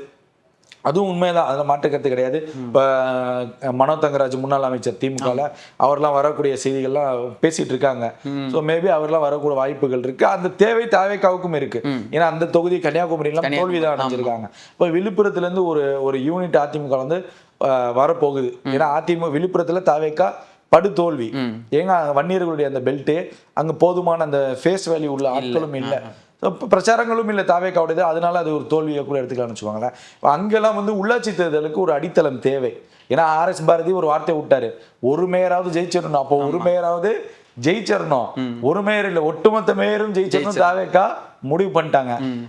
ஒரு அவர்கள் வந்து எல்லா மேடைகளும் சொல்றாரு, அடுத்த அதிமுக தாவேக்கா தான் சொல்றாங்க. அதற்கான சூழலை அமைத்து கொடுத்தது யாருங்கிற ஒரு கேள்வி இருக்கு ஜோ. அப்ப எடப்பாடி தான் எல்லாத்திற்கும் காரணம். அப்ப ஒரு மனிதர் மேல, ஜோ மேல ஒரு தவறு வைக்கிறோம் அப்படின்னா ஒரு முறை வைத்தால் அது யாசர் வேணும்னு சொல்றாருன்னு வச்சுக்கலாம். அடிக்கடி ஒரு தவறு வச்சுட்டு வெளியே வராங்க அப்படின்னா அப்ப தவறு யாசர் கிட்ட இல்ல, ஜோ கிட்ட இருக்குங்கிறத நம்ம தெரிஞ்சுக்கணும். அப்ப எடப்பாடி கிட்ட தான் தவறு இருக்குங்கிற மாதிரி வெளிப்படையா தெரியுது. இன்னைக்கு எந்த நிகழ்ச்சியாக இருந்தாலும் மதுரவாயில இருந்த முன்னாள் அமைச்சர் சட்டமன்ற உறுப்பினர் பெஞ்சமின் அவர்கள் பிரம்மாண்டமாக ஸ்ரீவாரி மண்டபத்தில் எதுவாக இருந்தாலும் பண்ணுவாங்க. பிரம்மாண்டமாக வானகரத்துல எடப்பாடிக்காக நிறைய நிகழ்ச்சிகள் பண்ணி, இன்னைக்கு திமுகவுக்காக ஒரு நிகழ்ச்சி பண்றாரு. ஸ்டாலின் 5000 பேரை கொண்டு போய் இணைக்கிறாரு.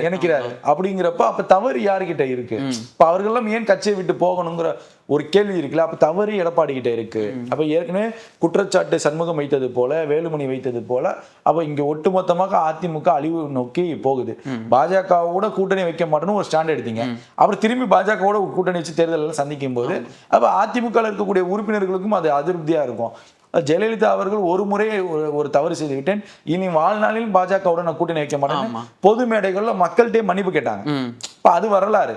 அப்ப அப்பேற்பட்ட கட்சியில வந்துகிட்டு நீங்க திரும்பி அதோட கூட்டணி வச்சு நீ உங்க பாஜக அழிக்க போகுதுன்னு தாவேக்கா சொல்லும் போது திமுகவினர் கத்திக்கிட்டு கிடந்தாங்க, நீங்க உதாசீனப்படுத்தினீங்க. இன்னைக்கு அது அழிவு நோக்கி போகுது. இப்ப அந்த அதிமுகவை அழிவு நோக்கி போயிடக்கூடாதுன்னு தாவேக்கா கட்டி காப்பாத்துங்கிற ஒரு சூழலுக்கு வந்துட்டாங்க. அப்ப திமுகவுக்கு அகெயின்ஸ்டா இன்னொரு கட்சி வேணுங்கிறப்ப தாவேக்காங்கிறத ஆரம்பத்துல இருந்து ப்ரொஜெக்ட் பண்ணி தான் இங்க வந்தாங்க, தேர்தலை சந்திச்சாங்க. அப்ப தாவேக்கா சரியான களமா இருக்குன்னு தான் இந்த அதிமுக இருக்கக்கூடிய நிர்வாகிகள்லாம் வராங்க. ஆனா ஒரு சில குற்றச்சாட்டுகள் இருக்கு அவர்கள் மீதுலாம், இல்லைன்னா மறுக்க முடியாது. நம்ம தாவேக்காவை டிஃபெண்ட் பண்றப்ப தாவேக்காவில் இருக்கக்கூடியவர்கள் ஆல்ரெடி அரசியல்வாதிகள் கிடையாது, எக்ஸ்பீரியன்ஸ் ஆன எம்எல்ஏஸ் கிடையாது, எம்பியோ மினிஸ்டர்ஸ் கிடையாது. இப்ப இவர்கள் எல்லாம் ஊழல் பட்டியலில் இருக்காங்க. சிலர் விஜயபாஸ்கர்ல இருந்து இந்த விஜயபாஸ்கர்ல இருந்து அந்த விஜயபாஸ்கர் வந்து ஒரு சிறிய இதெல்லாம் இருக்கு. இவர்கள் வந்தால் தாவேக்கா கட்டுப்படுத்துமா, தாவேக்காவில் இந்த குற்றங்கள் செய்யாம இருக்க முடியுமா அப்படின்னு பல கேள்விகள் எல்லாம் இருக்குல்ல. அதுக்கெல்லாம் தாவேக்கா தான் பதில் சொல்லும். தாவேக்கா இப்படிப்பட்ட கட்சி. ஆனா இது திமுக அதிமுக ஒப்பிடுறப்ப தாவேக்கா தனி உலகம். இங்க வந்து அதுக்கு ஏத்த மாதிரி இவங்களும் மாறிடுவாங்கன்னு வச்சுக்கோங்களேன். அது ஒரு தனி உலகம். அப்படிங்கிறப்ப அதை கட்டுப்படுத்திடுவாங்கங்கிற ஒரு நம்பிக்கை நமக்கு இருக்கு. என்னதான் குற்றவாளியா அங்க இருந்தாலும் இதுக்குள்ள வரப்ப இங்க இதான்ப்பா ரூல்ஸ் இருக்குன்னா அப்படின்னு தான் சொல்றாங்க. இப்ப இணைந்த எல்லாருக்குமே அதான் சொல்லிருக்காங்க, பொறுப்பு கேட்டோ பதவி கேட்டோ இங்க வராதிங்க, வந்து வேலையை பாருங்க, லோக்கல் எலெக்ஷன் வரைக்கும் வேலைக்கு பாருங்க, எம்பி எலெக்ஷன் வரைக்கும் வேலைக்கு பாருங்க, எப்படி நீங்க இருக்கீங்களோ அதை பொறுத்து தான் உங்களுக்கு பதவி பொறுப்புலாம் சொல்லி தான் ஜாயின் பண்றாங்களா. டிமாண்ட்லாம் பழைய மாதிரிலாம் கிடையாது. அப்போ வந்து ஒரு காலகட்டத்தில் யாராவது இணைவாங்க வந்தீங்கன்னா வேற, இப்போ வந்தீங்கன்னா வேற. ஆனா இப்ப என்னன்னா அப்பெல்லாம் சொன்னாங்க இதெல்லாம் ஒரு கட்சியா, இவர் ஆரம்பிச்சு நீங்களாம் போறீங்களா, வெக்கமா இல்லையெல்லாம் பேசினாங்க. நீ பேசின கட்சியில இருந்தே அவ்வளவு பேர் வந்து இணைகிறப்போ இது ஒரு பெரிய மாற்றமா இருக்குங்கிறத நம்ம பாக்குறோம். இப்ப திமுக இருந்து வருவதற்கான தகவலும் இருக்கு. அதிமுக இதுதான் காரணம், எடப்பாடியின் மீது ஒரு தவறு சுழன்றுகிட்டு இருக்கு, அதை அவரையும் திருத்திக்கணும். திருடனாய் பார்த்து திருந்தாவிட்டால் திருட்டை ஒழிக்க முடியாத மாதிரி தான் அந்த பழமொழி. தவறு அவர்கிட்ட இருக்கு, அந்த தவறை அவர் திருத்திக்கணும் அப்படின்னு நம்ம சொல்லல, குற்றச்சாட்டு வைத்ததே உங்க கூட இருந்தவங்க தான். அதனால அதை திருத்திக்கோங்க. இன்னைக்கு எப்பனாலும் ஆட்சி கவலலாம்னு சொல்லக்கூடிய ஸ்டாலின் ஏன் சொல்றாரு அப்படின்னா, உங்களை முதலமைச்சராக்கி திமுக அழகு பார்க்கணும்னு ஆசைப்பட்டிருக்கு பாத்தீங்களா. அப்ப இதெல்லாம் தப்புன்னு உண்மையான எம்ஜிஆர் உடைய தொண்டன், உண்மையான அம்மாவுடைய விசுவாசி தான் தாவேகாவின் பக்கம் இணையறான். அதில் எந்த சந்தேகமும் இல்லை. ஸோ இப்படிதான் நம்ம இதை பார்க்கணும். அதே மாதிரி காங்கிரஸோட தலைவரா வந்து மாணிக்கம் தாக்கூர், செல்வ பெருந்தகையை தூக்கிட்டு மாணிக்கம் தாக்கூர் அவர்களை வந்து தூக்கிட்டாங்களா? ஆமா, ஒரு வேலையை தூக்கிட்டாங்கப்பா அப்படிங்கிற மாதிரிதான் இருக்கு. ஆமா, எவ்வளவு அதாவது விட்டு கொடுக்கறது திமுக எவ்வளவுதான். இப்போ மதிமுக கூட அந்த சீட்டு ஒதுக்கிடுங்கிறப்ப பங்கிடுங்கிறப்ப நாங்கள் சிரித்து கொண்டே அழுகிறோம்னு சொல்லி மதிமுக நிர்வாகி ஒருத்தர் பேசியிருப்பாரு. அப்படிதான் காங்கிரஸ்லயும் நடந்துச்சு, சிரிச்சுக்கிட்டே அழுகிறோம். அப்பதான் இந்த சம்பவம் நடந்துச்சு. இந்த இப்படின்னு முதல்வர் வந்து பண்ணக்கூடிய அந்த சம்பவம், அன்றைய முதல்வர். அப்போ இது காங்கிரஸ் எப்படி பாக்குது அப்படின்னா, மாற்றம் வேணும்னு தான் தாவேகா டிமாண்ட் வச்சிருக்கும். செல்வ பெருந்தகை காங்கிரஸுடைய தலைவராக இருந்தால் சில விஷயங்களை பண்ண முடியாதுன்னு தாவேகாவுக்கு தெரியும். இதுதான் டிமாண்ட் வைப்பாங்க. இப்ப திமுக காங்கிரஸ் கூட்டணி அமைகிறப்ப நீங்க செல்வ பெருந்தகையை போடணும், KS அழகிரியை நீக்கணும்னு டிமாண்ட் வச்சாங்க. அப்படிதான் இதை நம்ம ஒரு அரசியல தான் பார்க்கணும். இப்ப மாணிக்கம் தாக்கூரை மாற்றுறதுங்கிறது அது உட்கட்சி பிரச்சனை. ஆனா இதனால தாவேகாவுக்கு பலமானா தாவேகாவுக்கு பலம், அதிகமான பலம் கிடைக்கும். நீங்க மாணிக்கம் தாக்கூர் தொடர்ந்து தாவேகாவுக்கு குரல் கொடுக்குறாரு. அப்ப மேகதாது அணை விவகாரத்துல கடந்த ஆட்சியில நான் சொல்றேன், கேள்வி எழுக்கிறப்ப செல்வ பெருந்தகையோட பதில் என்னவா இருந்துச்சு, இன்னைக்கு மாணிக்கம் தாக்கூருடைய பதில் என்னவா இருக்கும், இப்படிதான் நம்ம பார்க்கணும். அதை சாட்டிஸ்ஃபைட் பண்ணிடுவாங்க. இப்ப தமிழ்நாடு காங்கிரஸ் உடைய தலைவர் மேகதாது அணையை பற்றி பாசிட்டிவான ஒரு விஷயம் பேசுறாரு, நெகட்டிவா கர்நாடக அரசுக்கு எதிராக பேசுறாருங்கிறப்ப அது ஒரு பெரிய பூம் தானே, ஒரு பெரிய செய்தி தானே. அது கடந்த ஆட்சி காலங்களில் செய்ய முடியல. அப்ப காங்கிரஸ் இன்னொரு படி போய் 25 சீட்டு கொடுத்தோம், 5 தான் ஜெயிச்சிங்க. அப்ப செல்வ பெருந்தகை எல்லாம் ஒரு தலைவரா? அப்ப திமுக ஆல்ரெடி அவர் திமுக ஆளுன்னு தான் பேசப்படுது. ஆல்ரெடி ஏகப்பட்ட குற்றச்சாட்டுகள் செல்வ பெருந்தகை மேல உட்கட்சி ரீதியாக பிரச்சனைகளை பிடிச்ச அவர் பொதுப்பணித்துறையில ஏதோ ஒருத்தன் அமைச்சர் வந்திருக்கான் பாருன்னு பேசினவரும் செல்வ பெருந்தகை தான். பல இடங்கள்ல பேசியிருக்காரு, ஒரு அணையை திறக்கக்கூடிய நிகழ்ச்சியில கூட பேசியிருந்தாரு. அப்ப இவ்வளவு பிரச்சனைகள் அவருக்கும் திமுகவுக்கும் நிறைய இருந்துச்சு. ஆனா திமுகவின் செல்ல பிள்ளைன்னு பேசப்படக்கூடிய ஆள் தான் செல்வ பெருந்தகை. இனி அவர் தொடர்ந்தார் அப்படின்னா உள்ளாட்சி தேர்தலையும் தாவேகாவுக்கு ஆபத்தா முடியும், MP எலெக்ஷன்லயும் ஆபத்தா முடியும். அதற்கான ஒரு மாற்றம் தான் மாணிக்க தாக்கூரா நம்ம பார்க்கிறோம். அப்ப 25 கொடுத்து 5 தான் ஜெயிக்க முடிஞ்ச செல்வ பெருந்தகையை மாத்தினதுங்கிறது ஒரு சரியான விஷயம். ஏன்னா தாவேகாவுக்கு இது தேவை. அப்ப தாவேகாவோட நம்ம எப்படி இதுல இன்னொரு அரசியல் நுட்பமா கவனிக்கணும். அப்ப தாவேகாவுடைய பேச்சை காங்கிரஸ் கேட்க ஆரம்பித்து விட்டது. புரியுதா உங்களுக்கு? தாவேகா சொல்வதை ஏற்றுக்கொள்கிறோம். அப்ப தாவேகாவுடைய நீடு காங்கிரஸுக்கும் இருக்கு, காங்கிரஸ் உடைய தேவை தாவேகாவுக்கும் இருக்கு. அப்ப 2 பேரும் அண்டர்ஸ்டாண்டிங்ல இருந்தாலே மேகதாது அணைய ஈஸியா அந்த பிரச்சனையை சார்ட் அவுட் பண்ணிடலாம். ஆனா எனக்கு தெரிந்து இந்த 50-60 ஆண்டு காலமாக போராட்டம் மிக சுலபமாக விஜய் முடித்துருவார்னு நான் நம்புறேன். இந்த காங்கிரஸோட கூட்டணி உறவை வைத்து. கண்டிப்பாங்க சார். இன்னும் தொடர்ந்து பல செய்திகள், பல காணொலிகளை பார்த்து நம்ம பேசலாம். மிக்க நன்றி. நன்றி.